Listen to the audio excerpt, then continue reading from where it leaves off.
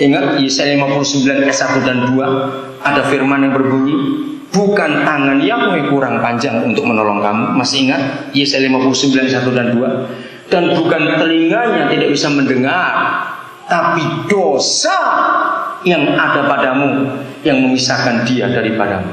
Oke, masih ingat itu? Nah, jadi setelah dengar firman ini, orang ini sadar. Tapi dia berkata kepada saya, tapi saya nggak bisa mengampuni. Jadi dia pernah disakiti orang 27 tahun yang lalu. Waktu dia cerita lagi kepada saya, itu dia bisa memperagakan. Sampai saya bilang, kalau kamu jadi pemain sinetron, laku sudah. Bayangkan peristiwa 27 tahun yang lalu, dia masih bisa memperagakan, mengekspresikan bagaimana kata-kata orang itu. Saya bilang, hebat saudara. Coba ngelamar aja ke sinetron, pasti diterima. Karena acting saudara begitu bagus dalam meragakan. Yang saya kaget, datangi orang, ampuni dia. Pak, dia sudah mati 16 tahun yang lalu. Hah? Bayangkan, kejadiannya 27 tahun yang lalu, dia masih ingat jelas. Sampai dia cerita, saya ingat dia pakai baju apa waktu marah kepada saya. Hebat, saya bilang. Ayo jujur, khotbah minggu lalu apa? Loh, saya tanya ini. Ayo, khotbah minggu lalu apa? Awas kamu garuk-garuk apa ya? Awas. Mengapa firman orang yang sudah puluhan tahun kita masih bisa ingat kata-kata? Siapa belum ngampuni mama mantunya? Awas. Awas ya. Mama mantu pernah marah dan diingat sampai sekarang. Dan mama mantu sudah mati 20 tahun yang lalu. Awas.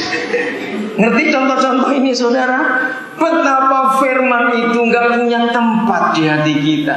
Tapi kenapa firman orang bisa ada tempat di hati kita? Kita ini jahat. Maka itu banyak orang Kristen tidak menikmati seluruh janji-janji yang Tuhannya janjikan. Bukan karena salah dia, karena kita tidak mau konsekuen dengan apa yang telah dia katakan. Yahweh lah yang telah mengatakan. Kita tahu dari firman Tuhan, segala sesuatu itu karena firman. Catat ayat tambahnya, Yohanes 1 ayat 3. Segala sesuatu karena apa? Firman. Tidak ada yang jadi tanpa firman itu. Yohanes 1 ayat 3. Semuanya karena firman. Maka itu sikap hati kita dalam bereaksi terhadap firman itu penting. Saya beri contoh lain lagi. Suatu kali saudara hadir di sebuah pesta. Pestanya meriah. Wah, sudahlah, musiknya bagus, dekorasinya, makanannya. Wah, tiba-tiba di tengah pesta itu berubah. Ada seorang yang lari-lari dengan nafas yang terengah-engah. Tanya, mana pemilik pesta, mana tuan rumah, mana? Ditunjuk. Cuma ada satu kalimat pendek. Mama meninggal. Saya tanya kepada saudara, firman itu, saya pakai kata firman semuanya untuk mempermudahkan konsep kita berpikir. Firman yang singkat, mama meninggal, merubah suasana pesta tidak? Walaupun pemilik pesta berkata, lanjutkan. Mana enak kita lagi berduka, masa kita rame-rame sendiri? Betul?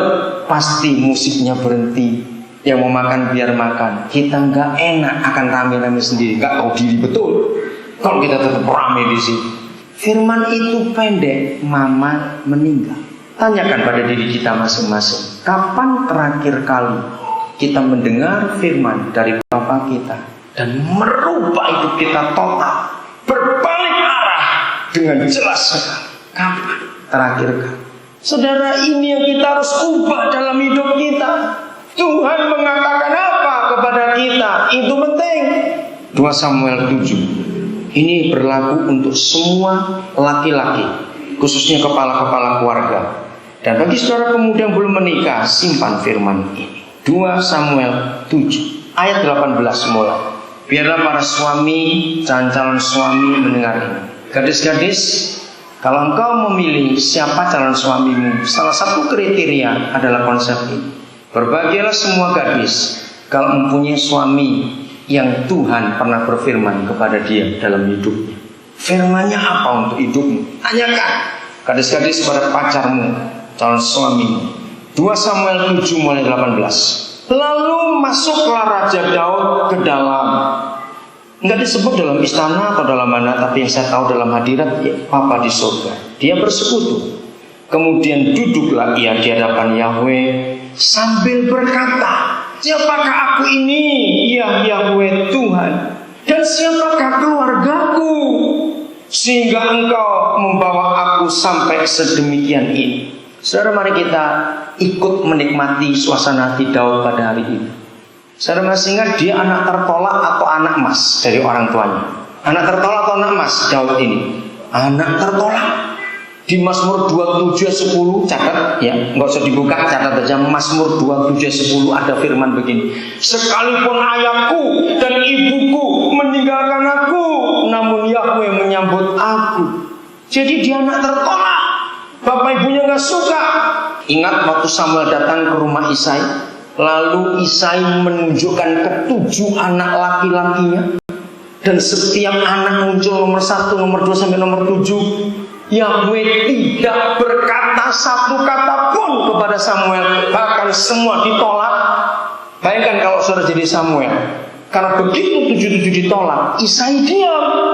Lalu Samuel berpikir, aku salah dengar, atau Tuhan salah tunjuk, atau Isai yang salah? Kenapa? Karena setelah 7 itu tidak dipilih, Isai diam. Berarti Isai tidak punya anak lagi. Betul tidak? Ketika Samuel diskusi dengan Yahweh, Samuel yakin bukan aku yang salah dengar, bukan Yahweh yang salah berfirman. Pasti bapak ini gak beres. Maka Samuel berkata, apakah ini semua anakmu? Karena Samuel yakin Yahweh menyuruh aku ke Bethlehem, ke rumah Isai. Aku akan memilih salah seorang anaknya. Tapi 7 sudah dikeluarkan semua, nggak ada dipilih.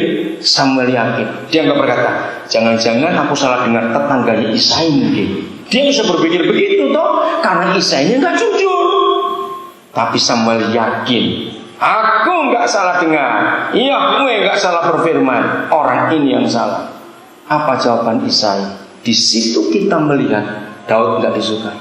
Ada tapi, nah ada kata tetapi.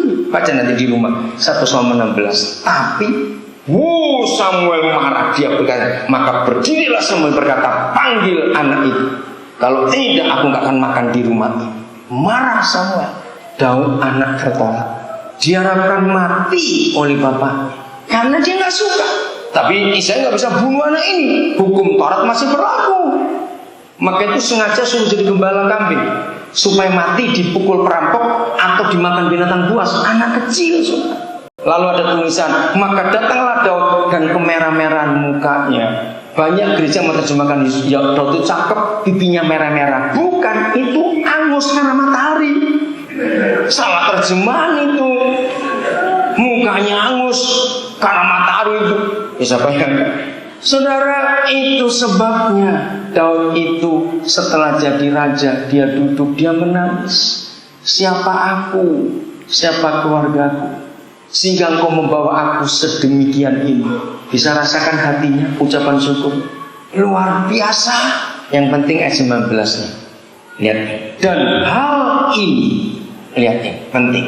Hal ini, hal menjadi raja dari anak yang tertolak, dari anak yang gak disayangi itu masih kurang di matamu ya Yahweh Tuhan.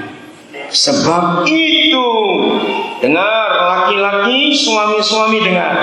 Sebab itu, ini penting, engkau telah berfirman juga, garis bawahi, telah berfirman juga tentang siapa? Baca, tentang siapa? Keluarga hambamu ini. Saya stop dulu sampai di situ. Suami-suami, kebahagiaan keluarga kita bukan terletak berapa kaya kita, berapa besar gaji kita, berapa uang kita di bank, berapa surat tanah kita, tidak. Dengarkan semua laki-laki, kebahagiaan dan jaminan hidup kita adalah apa firman Yahweh untuk keluarga kita. Katakan amin. Apa firmannya untuk keluarga kita?